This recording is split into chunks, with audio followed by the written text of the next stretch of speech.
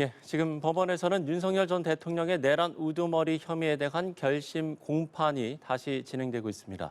재판부가 오늘 모든 절차를 끝내겠다고 밝힌 가운데 특검의 구형량에도 관심이 모이는데요. 관련 내용을 포함한 정치권 이슈들 장윤미 더불어민주당 대변인, 이재영 국민의힘 강동을 당협위원장과 함께 자세히 짚어보겠습니다. 두 분 어서 오십시오. 네, 안녕하세요. 안녕하세요. 자, 지금도 윤석열 전 대통령에 대한 결심 공판이 진행이 되고 있습니다. 일단 많은 분들의 관심은 이게 이제 결심 공판이 한 차례 연기됐기 때문에 과연 오늘은 마무리될 것인가 이 부분인 것 같습니다. 네. 오늘은 마무리 되겠습니까? 마무리해야만 합니다. 사실 서증 조사를 이렇게 사실상 마지막 결심 공판 당일에 하는 것 자체가 상당히 이례적이고요. 예. 이 부분에 대해서는 법원 내부에서도 지적이 나오고 있는 그런 상황입니다. 뿐만 아니라 서증 조사라는 건 기본적으로 어떤 증거를 제출한 거고 이 증거의 입증 취지가 무엇인지를 간략하게 설명하고 넘어갑니다. 이게 피고인이 제출한 증거일 땐 그렇게 증거 조사 절차를 가져가거든요. 그런데 김용현 전 장관의 변호인들 같은 경우에는 어떻게 했습니까?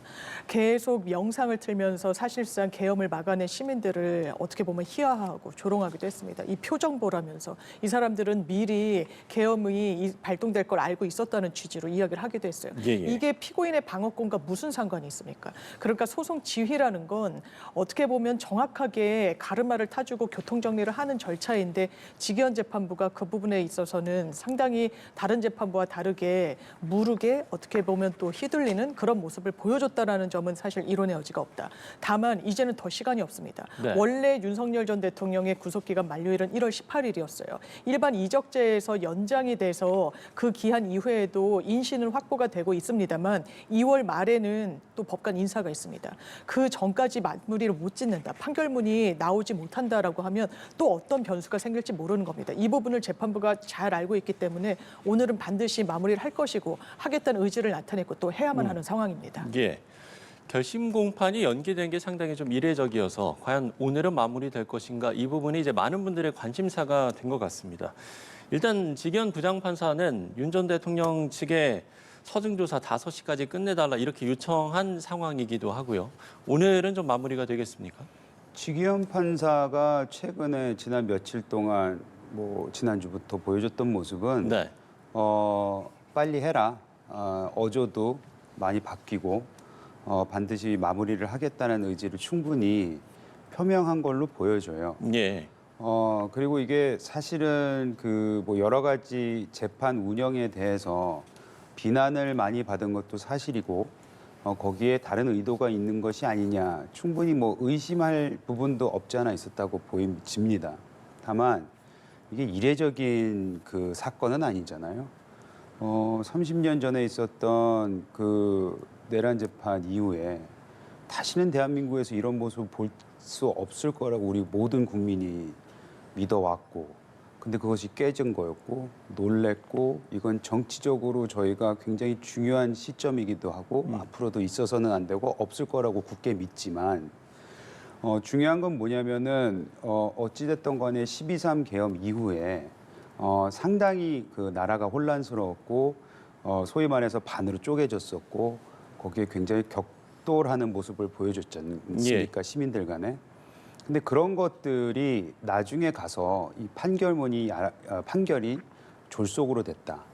충분히 아무리 피고인들이 있다고 잘못이 눈에 보듯 뻔한다 하더라도 그들한테 충분히 그 변론권을 주지 않았거나 아니 그들이 나중에 이상한 주장을 할 수 있도록 사전에 막기 위해서라도 이런 어찌 보면 좀 답답한 과정이 필요하지 않았나라는 생각이 들 정도로 지난 그 판사의 이 운영을 통해서 저희가 보았던 모습은 혹여라도 12.3 계엄에 대통령이 진짜 나라의 국가에 이상사태가 있었는지 비상계엄을 할 만한 거였는지에 대해서 믿고 있는 사람들조차도 네. 이 과정을 통해서 진짜 쓰잘데기 없는 짓을 했구나. 해서는 안 되는 일을 했구나라는 것을 방금 말씀하셨던 변호인들의 모습을 통해서 그리고 윤석열 전 대통령의 모습을 통해서 저희가 낱낱이 보게 됐거든요. 저는 그건 굉장히 큰 성과라고 봅니다. 그래서 직위원 판사도 그것까지 생각했는지는 모르겠지만 결과적으로 보면 이 그 지루하고 길었던 이 과정이 어찌 보면 꼭 필요했던 과정은 아니었나라는 생각이 들 정도이고, 물론 아직 판결이 나지 않았기 때문에 어떤 판결을 내릴지는 모르겠으나 예. 모든 사람들이 생각했을 때는 아마 상식적인 판결을 내리지 않을까라는 생각이 들고, 지기현 판사도 아마 그거를 염두에 두고 지금은 오늘에 와서는 내가 진짜 봐줘서 마지막까지는 변론을 하게끔 해주지만 오늘만큼은 결론을 짓겠다는 의지를 표명한 게 아니었나, 지금 며칠 동안은. 네네. 그렇게 저는 뭐 상상을 해봅니다. 예. 두 분의 말씀은 뭐 어쨌든 오늘은 마무리가 뭐 돼야 한다, 될 것이다, 이렇게 좀 전망을 해주신 것 같습니다. 윤 전 대통령 측은 이렇게 재판을 일부러 지연시키고 있다는 의혹에 대해서 재판 지연으로 얻을 게 없고 오히려 특검 측이 재판을 지연한 거 아니냐, 이렇게 이야기를 했는데, 이 이야기를 좀 어떻게 들으셨어요? 이거는 사실과 다릅니다. 이 특검이 공소장을 변경한 부분이 시간 끌기와 관련돼 있지 않습니다. 이거는 예. 재판부가 허가할지 안 할지 간단하게 이 판단을 내리면 되는 문제예요. 결과적으로는 판단을 내렸죠. 수용하는 방향으로. 왜 그랬냐면 노상훈 수첩이라는 게 기소 단계에서는 정확하게 그 내용이나 어떤 의도였는지가 나오지 않았었습니다만, 이 계엄이란 걸 획책한 게 그 훨씬 공소장에 담겼던 시점보다 이전이구나라고 증거의 어떤 현출 그리고 증언 등을 통해서 드러난 겁니다. 그렇기 때문에 사실관계가 사실상 크게 흔들리지 않는 범위 내에서 공소장이 변경이 되는 거는 절차상 너무나 당연한 것이고, 그리고 오히려 사실상 필리버스터라고 이야기를 하면서까지 재판을 지연하는 건 김용현 전 장관 그리고 윤석열 전 대통령 측 아닙니까? 왜냐하면 본인들이 실토를 했습니다. 김용현 전 장관 측의 변호인들은 바로 그 직후에 본인들이 운영하는 유튜브 채널에 나가서 소기의 성과를 거두었다. 임무를 완수했다는 취지로 이야기를 해요. 예. 그러면서 이 임무 완수가 본인들만의 이 어떤 선택이냐? 아니요, 윤석열 전 대통령 측 변호인과 모종의 어떤 교감이 있었던 것처럼 이야기를 합니다. 우리가 시간을 끌었기 때문에 윤석열 전 대통령이 온전히 하루를 다 쓰게 됐고, 풀데이. 예, 온전히 풀데이. 하루, 네. 그러면서 우리가 오히려 이런 부분에 대해서는 그쪽에 더 좋게 움직였던 거고, 거기에 대해서는 변호인들도 동의를 하고 있다는 취지로 이야기를 해요. 이게 시간 끌기를 실토한 게 아니면 뭡니까? 이게 재판정을 본인들한테 유리하게 불리하게 어쨌든 좌지우지하려고 했다라는 그 의지를 유튜브 채널에서 사실상 자백한 건데, 이걸 그대로 두는 게 대한민국의 사법 질서가 아닙니다. 이것에 대해서는 정확하고 엄단한 소송 지휘권을 발동하고 행사하는 게 사법부의 신뢰를 회복하는 길입니다. 예. 윤 전 대통령 측의 주장 어떻게 들으셨어요? 글쎄요, 뭐 저는 변호인단들이 지금까지 해왔던 행위들이 네. 이게 과연 본인들이 변호하는 사람을 위해서 하는 변호인지 아닌지가 헷갈릴 정도로 이해가 안 되는 변호 같았어요. 뭐 제가 법조인이 아니라서 뭐 또 다른 깊은 내막의 숨은 전략이 있는지 모르겠으나, 제가 만약 저 자리에서 변호를 저분들한테 받고 있었다면 저는 굉장히 많이 화가 났을 것 같다, 뭐 이런 생각이 들고, 이제 다만 재판 지연에 대한 거는 요 사안만 보자면은 네네. 글쎄요, 그 지연 자체도 뭐 누가 했느냐 마느냐는 모르겠지만 누가 봐도 이제 저 피고인단 변호사들이 좀 재판 지연을 한 게 아닌가라는 뭐 이제 생각은 들고, 근데 그거는 우리가 과거에도 많이 보아하지 않습니까? 뭐 실례로 들자면은 이재명 대통령의 그 처음에 나왔던 판결도 1심이 보통 선거법 관련된 거는 뭐 6개월이면 끝나야 되는데 그것도 2년 이상 지연이 됐었잖아요. 그러니까 그 재판을 받는 사람들이 재판을 지연하는 거는 그 사안에 따라 상관없이 그건 뭐 전략이라고 볼 수 있는데, 앞서도 말씀드렸지만 그 방법이라든지 거기에서 나왔던 전략이 됐던 뭐든 굉장히 좀 보기에는 힘든 그 불편한 그런 모습들을 보여줬기 때문에 본인들한테 뭐 이득이 됐다고 저는 생각하지는 않습니다. 예. 오늘 결심 공판에서 최대 관심은 결국에는 이 조은석 특검의 구형량일 텐데, 구형량은 어떻게 전망하십니까? 사실상 제가 처음에는 이 사형을 구형하더라도 집행이 되지 않는다는 점을 감안해서 아마 무기징역형을 구형하지 않을까라고 좀 예측을 했었는데요. 예. 지금 이 흘러가는 이 상황 전혀 반성하지 않는 겁니다. 그것도 이제 구형에는 녹아질 수밖에 없는데, 윤석열 전 대통령의 태도라는 게 상당히 어떻게 보면 비난 가능성이 높아요. 재판에 처음엔 나오지도 않았습니다. 취사 선택적으로 나왔어요. 본인이 눈이 보이지 않는다, 당뇨가 심했다. 그런데 반드시 본인이 탄핵해야 되는 증인들이 증언대에 섰을 때는 또 나와서 굉장히 어떻게 보면 확정적으로 탄핵을 했거든요. 거기에 대해서 본인이 질문을 던지기도 하고 이렇게 재판에 임하는 피고인은 없습니다. 대한민국 국민 누구도 이런 식으로 재판받지 않습니다. 더더군다나 내란에 대해서는 지금도 뭐라고 합니까? 오늘도 계속해서 본인이 항변을 하는 데 있어서 수사권이 공수처에 있니 없니부터 아주 어떻게 보면 처음 이 수사의 근거부터 다 부인을 하고 나아가려고 해요. 그러면서 이 사실상의 친위 쿠데타에 대해서는 국민들께 지금 이 순간에도 사과하고 있지 않습니다. 이 부분이 특검에서도 릴레이 회의했었다는 거 아닙니까? 그때 부딪혔던 의견은 무기징역 아니면 사형을 언도해야 된다라는 그런 의견이 팽팽하게 있었던 겁니다. 이거 역사의 한 페이지를 정확하게 넘기는 일입니다. 사후적으로 계엄이 빨리 끝난 거 맞습니다. 그리고 이 유혈 사태로 번지지 않은 것도 맞습니다. 이게 윤석열 전 대통령의 결단 때문이었습니까? 아니요. 헌법재판소에서도 이야기했듯이 이 부분과 관련해서는 시민들이 막아섰기 때문입니다. 군이 계엄군이라는 어떤 지칭을 받는 상황 속에서도 태업을 했기 때문입니다. 그게 종합적으로 이 친위 쿠데타를 성사되지 못하도록 했던 결정적인 계기였어요. 거기에 윤석열 전 대통령이 정상 참작이 될 사유는 없습니다. 그래서 저는 사형 구형이 온당하고 사형 구형이 있을 것이라고 예상합니다. 예. 지난 이제 첫 번째 결심 공판이 있었을 때 그 하루 전에 이제 특검팀에서 뭐 6시간에 걸친 마라톤 회의를 했지만 결정을 못했다 이런 소식들도 좀 전해지기도 했었고요. 그런데 지금 이제 그 이후에 또 며칠이 지난 상황이긴 한데 조은석 특검팀의 구형량 어떻게 좀 전망하세요?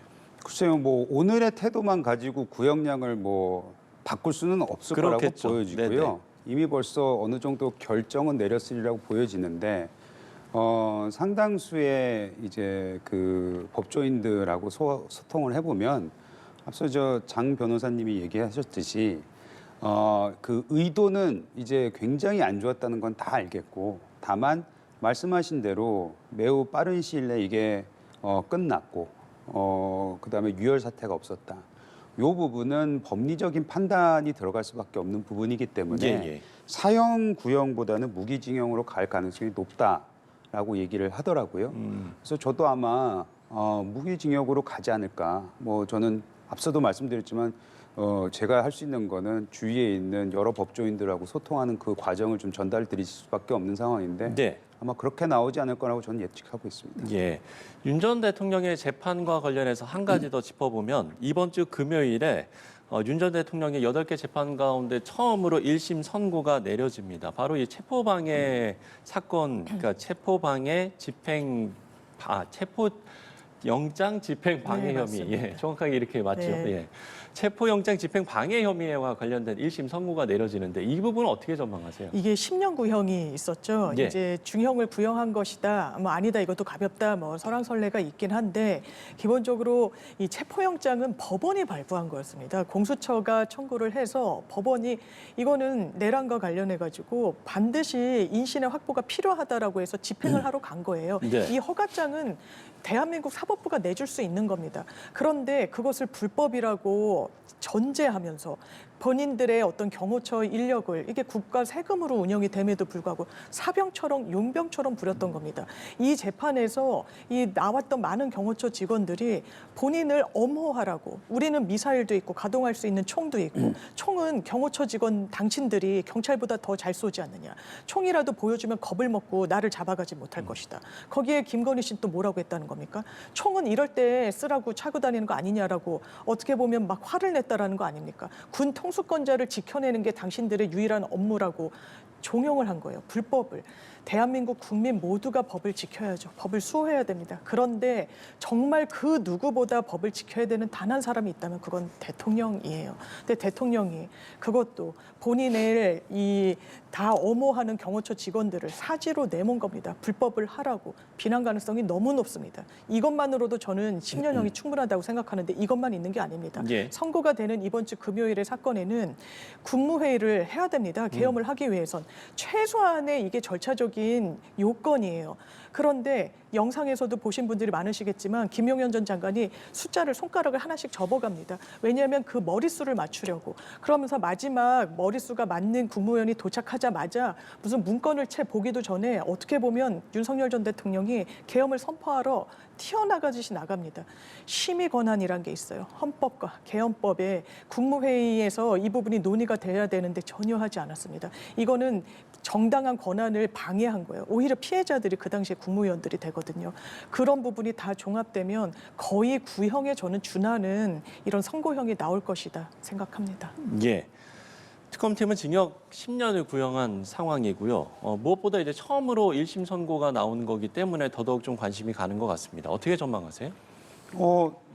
이 부분도 10년에 가깝지 않겠냐 이런 의견들이 많더라고요. 예. 그것이 아까 말씀하셨던 뭐 상징성, 첫 이제 선고이다 보니까 그런 얘기가 나오는 것 같은데 사실 그 국민들이 바라봤을 때는 물론 체포 방해가 저희가 기억하기에는 미디어 뭐 이런 언론을 통해서는 훨씬 더 많이 노출이 됐었어요.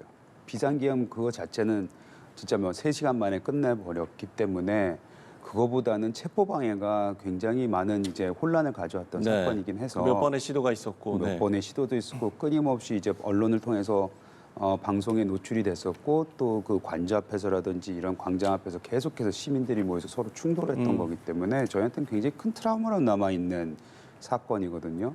뭐 어쨌든 간에 지금 그 재판부도 이거를 거기에서의 변호사들도 이것도 지원을 해달라라고 그건 뭐 공식 요청을 했었지만 그 판사가 이거는 그 지원할 수 없다라고 해서 이제 미리 선고가 나는 거 아닙니까? 네네. 그런 거를 봤을 때는 아마 10년에 가까운 게 나오지 않을까라는 생각은 듭니다. 예, 알겠습니다. 자, 본격적으로 정치 현안을 짚어보겠습니다. 더불어민주당 윤리심판원이 9시간의 마라톤 회의 끝에 김병기 의원에 대해서 최고 수준의 징계인 제명을 의결했습니다. 관련해서 여야 반응 듣고 대담 이어가 보죠. 정치적인 어떤 결정은 됐다라고 생각을 하는 겁니다. 그리고 나머지는 또 개인에게 보장된 재심 청구 같은 것은 권리 아니겠습니까? 그 정도는 우리가 보장하고 기다릴 수 있다. 어저께 밤늦은 시간에 김병기 전 원내대표에 대한 더불어민주당 윤리감찰단의 제명 결정이 있었습니다. 강선우 의원에 이어서 꼬리 자르기 수순으로 들어간 것 같습니다. 예, 김병기 의원은 제기된 의혹 대부분이 3년이 지나서 공소시효가 소멸이 됐다 이렇게 주장을 했습니다만 윤리심판원에서는 제명을 결정했습니다. 이 결정 어떻게 보셨어요? 일단 고심이 깊었던 것 같습니다. 이제 9시간 릴레이 회의라는 건 사실 적지 않은 시간 동안 논의를 거듭했다라는 것이고요. 예. 그 자리에는 또 김병기 전 원내대표가 자리를 해서 본인의 입장을 밝히기도 했습니다. 기본적으로 저희가 이런 법리적인 징계나 뭐 형사 이런 부분을 다툴 때 처음에 절차적인 부분을 다투고 그다음에 실체적인 부분을 다투는데 김병기 전 원내대표 같은 경우에는 당원 당규에 따랐을 때 징계 권한을 행사할 수 있는 시기는 징계를 하는 그 시점으로부터 3년 안에 있었던 비위에 대해서만 할 수 있으니 그 전에 있었던 부분들에 대해서는 사실상 징계권을 행사할 수 없다라는 주장부터 했던 것으로 보이고요. 윤리심판원에서는 그 점을 감안해서 3년이 지난 부분은 차치하고서라도 비교적 근래에 제기됐던 어떤 의혹들에 대해서만으로 추려도 징계의 수위를 제명으로까지 하기에는 좀 충분하다는 결론을 낸 것 같습니다. 김병기 전 원내대표가 여기에 대해서는 수긍할 수 없다라고 입장을 냈고 당원 당규상 재심이라는 또 하나의 절차가 이제 보장이 돼 있긴 합니다. 예, 예. 하지만 이 박수현 이제 수석 대변인이 언급했듯이 그 절차는 시간이 당원 당규상 당연히 보장돼야 되는 부분이 있지만 이 부분은 저희가 지금 시시비비를 가리는 것도 이제 중요하지만 이 의혹에 대해서 당이 어떤 이 결론을 내렸는지도 국민들이 보고 계시는 부분이 있습니다. 그렇다면 그래서 정치의 문제라고 언급을 한 부분이 있는 것 같고 재심을 하더라도 그 시간이 대단히 길어지거나 지연되거나 이렇게 마무리가 되진 않을 것 같습니다. 예, 재심 이야기를 해주셨으니까요. 그 부분과 좀 관련해서 질문을 드려보면 이게 이제 재심이 신청이 되면은 윤리심판원이 60일 안에 다시 맞습니다. 재심을 하게 되는 겁니까? 그 절차가 좀 어떻게 되는지 그렇습니다. 궁금하긴 한데요. 일단 본인이 본인의 징계에 대해서는 통보를 받게 되지 않습니까? 예, 예. 통보를 이 공식적으로 받은 시점으로부터 7일 안에 재심을 이제 신청하게 되는 것이고 재심을 하게 되면 그걸 접수한 윤리심판원이 늦어도 2달 안에는 말씀 주신 대로 결론을 내야 되는 겁니다. 예, 예. 그런데 일주일 2달 이것을 단순 합산을 만약에 가장 마지막 날까지 끈다라고 했을 때 이게 2달 한 주가 되는 겁니다. 그 시기 동안 이 이슈를 당이 계속 짊어지고 가기는 사실상 어려운 부분이 있을 겁니다.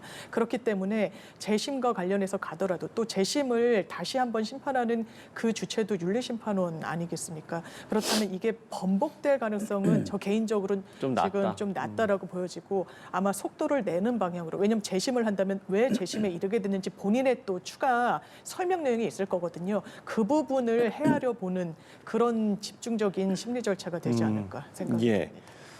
윤리심판원은 제명을 결정했고 김병기 의원은 의혹이 사실이 될 수 없다라고 하면서 재심을 청구하겠다고 밝힌 상황들 어떻게 보고 계십니까? 뭐 일단은 민주당이 꼬리 자르기를 하고 있다라는 거는 받아들여야 되는 것 같고요. 누가 봐도 그러니까. 근데 그것마저도 너무 늦었다. 지금 이 의혹이 나온 지 한 달이 넘었는데 그동안 도대체 뭐 했습니까? 뭐 예를 들어 지금 여러 경찰에서도 지금 사건 진행 중인 것이 12건이라고 이제 뭐 종합적으로 판단을 했다고 하는데 사실은 그 격가지까지 따지면 더 많죠. 그리고 그동안에 나왔던 온갖 녹취록 이런 것들이 있지 않습니까? 강선우 의원에 대한 뭐 1억 준 사람도 있고 받은 사람도 있고 인정도 했고 그거를 무마해 준 사람도 있고 뭐 보관했던 사람들도 있듯이 굉장히 많은 증거물이 벌써 제시가 되어 있는데 그것마저도 지금 한 달 동안 굉장히 뜨뜻미지근한 그런 식으로 보여줘 왔다는 것에 대해서 굉장히 민주당이 도대체 왜 저렇게까지 김병기 전 원내대표에 대해서 결단을 못 내리나라는 부분에 대해서 국민들이 많은 의구심과 실망을 했을 거라고 생각을 하고 그리고 전 좀 약간 웃기기도 했어요. 9시간 마라톤 회의를 했다면서요. 윤석열 전 대통령 이거를 사형 구형하는 거냐 아니 무기징역하는 것도 6시간에서 8시간 하는데 도대체 이렇게 명백하게 잘못된 전직 의원을 뭐 쫓아내는 것도 아니고 물론 당에서 쫓아내긴 하지만 당에서 제명을 하는 건데 뭐 이렇게 오래까지 합니까? 결국에는 김병기 전 원내대표에 대해서 지금 많은 의구심이 들고 있는 게 강선우 의원의 통화를 녹취를 아마 김병기 의원 측이 하지 않았겠느냐라는 지금 의구심을 받고 있는데 의심을 다른 의원들도 혹여라도 김병기 전 원내대표하고의 녹취가 남아있지 않나 이런 거 걱정해서 자기네들 캥기는 게 있으니까 이렇게까지 늦게 한 거 아니냐 이런 의심을 받고 있거든요. 그러니까 지금 윤리심판원이 뭐 당 내에서는 나름 사법부 기관을 하고 뭐 판결을 내리는 이런 법정 역할은 한다고 하지만 실질적으로 법원은 아니잖아요. 그렇기 때문에 박수현 수석 대변인도 정치적인 결정을 했다. 아까 말씀하셨듯이 예. 정치적 결정을 해야 되는 곳인데 그것조차도 하지 못했던 것은 과연 무슨 힘이 있길래 무엇을 들고 있길래 지금까지도 이런 비리의 온상의 이런 의구심을 받고 있는 의혹을 받고 있는 의원 하나 제명 처리 못하나에 대해서는 글쎄요 앞으로 좀 지켜봐야 되긴 하겠지만 네. 매우 좀 석연치 않은 부분들이 많은 것 같습니다. 예. 사실 이제 비상징계권 이야기도 나왔었는데 일단 지도부는 이 비상징계를 발동할 가능성은 낮다라고 이제 선을 그은 상황인데 정 대표가 결단할 가능성도 있겠습니까? 어떻게 보세요? 일단 뭐 박지원 의원이 언급하는 건 김병기 의원이 본인은 탈당하지 않겠다고 했습니다만 예. 본인의 결단이 필요하다는 목소리가 한 축에서 나오는 부분이 있고 당에서 이제 공식적인 절차에 돌입을 했으니까 이 부분과 관련해서는 어떤 마무리 절차가 있어야 될 것인지에 대해서는 의견이 뭐 여러 가지로 나오고 있는 것 같습니다. 다만 지금 재심에 대해서 본인이 바로 신청을 하겠다고 천명을 한 상황이고 그 이후의 절차가 그렇게 많은 시간이 소요될 것 같지는 않아요. 재심은 재심 사유에 대해서만 들여다보는 절차이기 때문에 그 부분과 관련해서는 어쨌든 공당으로서 그 절차가 마무리되는 그 과정을 시간이 많이 소요되지 않을 상황에선 일단은 지켜보겠다. 그리고 그것이 만약에 번복되거나 하면 또 다른 결단이 있을 수는 있겠습니다만 네. 일단 지금 단계에서 가장 최고 수준의 징계가 나온 상황입니다. 그리고 재심이란 건 어떻게 보면 사후적인 거라서 번복되거나 돌이켜지거나 다시 처음부터 할 가능성이 비교적 낮은 절차이기 때문에 그 순간까지는 좀 보겠다라는 게 지도부의 입장인 것으로 헤아려지는 부분이 있고요. 예. 이것을 의도적으로 뭐 해태하거나 끌거나 지연할 이유가 민주당으로서는 전혀 없습니다. 이 부담이 되는 상황을 질질 끌어서 무슨 정치적인 이득이 있겠습니까? 아닙니까? 이 부분과 관련해서는 절차를 따르고 있다라는 점으로 이제 말씀 가름드리겠습니다. 민주당 지도부 입장에서도 정무적으로 상당히 좀 고심을 했을 텐데 이런 민주당 지도부의 대응, 그러니까 비상징계와 관련해서는 가능성이 없다 이렇게 얘기한 부분들은 어떻게 좀 보세요? 글쎄요, 그거는 뭐 지금에 와서 징계 처리가 나왔는데 출당시키고 제명이죠. 뭐 제명시키기로 했는데 여기서 뭐 본인이 항의한다고 해서 60일 이내에 하는 것도 웃긴 꼴이 되는 것이고 그걸 또 당 대표가 뭐 본인이 뭐 비상발동권인가요? 뭐라 그러죠? 그거를 예, 그거를 비상징계권. 네. 비상징계권 뭐 권이 많네요, 대표가. 비상징계권까지 한다고 하는 거는 뭐 그냥 뭐 지켜보자 뭐 이런 얘기 아니면 책임 회피로 보일 수도 있는 부분이 없지 않아 있다고 보여집니다. 앞서도 말씀드렸지만 이게 지금까지 올 일이 아니에요, 사태가. 이미 벌써 이거는 처리를 했어야 됐고 그걸 하지 않았고 그것이 지연되면서 오히려 경찰들마저도 이 수사에 대해서 이 관련된 수사건에 대해서 지지부진하다는 비판을 받고 있지 않습니까? 심지어는 이러려고 검찰 해체했느냐는 얘기까지 나오고 있는 상황입니다. 그렇기 때문에 민주당은 이 한 건 때문에 아니죠, 뭐 한 건이 아니지만 이 사건 때문에 굉장히 많은 국민적 신뢰를 잃었다. 이 부분은 징계를 60일을 하던 말던 비상징계권을 발동을 하던 말던 상관없이 굉장히 큰 타격을 받았을 거라고 저는 생각합니다. 예, 알겠습니다. 자, 주제 바꿔보겠습니다. 국민의힘 장동혁 대표와 개혁신당 이준석 대표가 오늘 오전에 국회에서 만났습니다. 양당 대표가 민주당의 공천원금 특검, 또 통일경 특검 추진에 뜻을 모으기로 했습니다. 이른바 특검 연대다라는 이야기가 나오고 있는데 이런 보수 정당 두 대표의 첫 회동과 대응 어떤 의미라고 보십니까?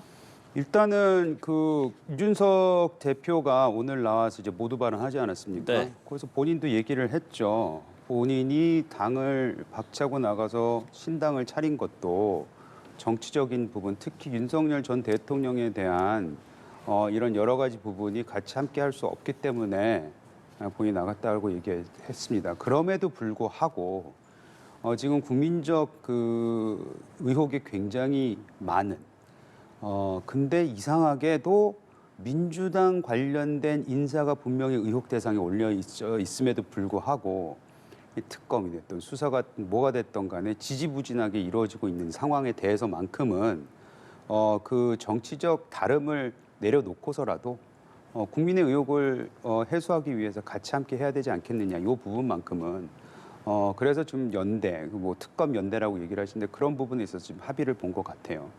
근데 아시다시피 국민의힘과 지금 개혁신당의 의원수를 합쳐도 네네. 단독적으로 무슨 그 특검법을 뭐 통과시킨다거나. 그거는 네. 불가능하잖아요, 거의.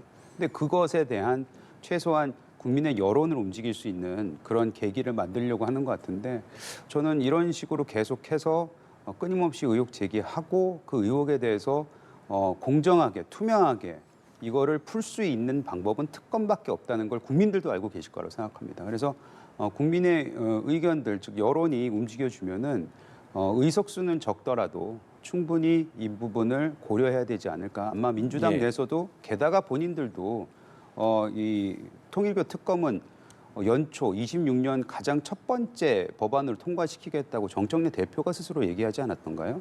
그런 부분도 약속을 좀 지켜라라는 말씀 좀 드리고 싶습니다. 그럼 짧게 이제 덧붙여서 질문을 드려보면 이 특검 연대가 지방선거 연대로까지 이어질 수 있겠습니까? 이 부분은 좀 어떻게 봐야 됩니까? 어제보다는 훨씬 더 가능성이 높아졌다고 봐요. 네. 왜냐하면 앞서도 말씀드렸지만 정치적인 다름 때문에 지방선거까지 갈 수 있겠느냐라는 부분은 윤석열 전 대통령에 대한 절연이 확실하지 않으면은 개혁신당에서도 힘들지 않겠습니까? 그럼에도 불구하고 아직 시간이 좀 남아 있기도 하고 예. 이 연대를 통해서 조금이라도 그 의견이 좁혀질 수 있다면은 충분히 가능하지 않을까라는 희망이 오늘은 좀 생긴 것 같아요. 예. 자, 장윤미 대변인의 평론 듣고 대답 마무리 짓겠습니다. 일단 정말 국민의힘은 윤석열 김건희 특검도 하지 않겠다고 그랬었습니다. 그러면서 지금 어떻게 보면 이 김병기 의원에 대해서는 특검으로 해야 된다. 이걸 어느 국민이 타당하다고 생각하시겠습니까? 본인들이 집단으로 이 입당 원서를 냈다라는 그 정황이 있었을 때는 온몸으로 압수수색을 막아서면서 민주당에 대해서는 통일교 특검을 해야 된다라고 이야기를 합니다. 이 부분 온당치 않습니다. 국민을 무시하는 처사라고 생각하고요. 기본적으로 저는 지금은 지방선거 연대까지는 가지 않는다라고 합니다만 지금 그걸 겨냥한 행보를 하고 있는 거라고 생각합니다. 그런데 지금까지 장동혁 대표와 이준석 대표 내란에 대해서는 극과 극의 목소리를 내왔거든요. 그러니까 뭔가의 하나의 연결고리가 필요한 거예요. 바로 거기에 대해서 마치 그런 일이 없었나는 듯 합종 연행을 하기는 어렵거든요. 그러니까 특검이란 연결고리를 가져가는 겁니다. 어떻게 보면 말도 되지 않게 공천 헌금과 관련해서 국민의힘 김재정 의원 녹취가 나왔습니다. 이 총선을 앞두고 나를 단수 공천을 줘야 된다. 그렇지 않으면 뭐 몇억 원을 주면서 내가 어떻게 무마를 해야 된다. 이런 식의 얘기에 대해서는 딱 함구하면서 그럼 왜 이런 무리수를 두는 것인가? 지금 사과 같지 않은 사과 같은 사과를 했다라고 당내에서도 장동혁 대표에 대해서는 평가가 나오는데 그걸 뛰어넘기 위해서는 뭔가 메이크업이 필요하거든요. 그 메이크업을 해야 될 그 동인 그리고 자생력이 없는 개혁신당이라는 그 상황 지방선거는 치러야 됐고 뭔가 연결고리로 뭔가의 분기점을 만들 수 있지 않을까라는 어떻게 보면 얄팍한 정치 행보 이거 국민들한테 감동도 없을 뿐더러 이 부분으로 눈길을 받기는 상당히 어려울 거라고 생각합니다. 예, 알겠습니다. 두 분의 평론 들어봤습니다. 정치권 이슈들 장윤미 더불어민주당 대변인, 이재영 국민의힘 강동을 당협위원장과 이야기 나눠봤습니다. 오늘 말씀 고맙습니다. 고맙습니다.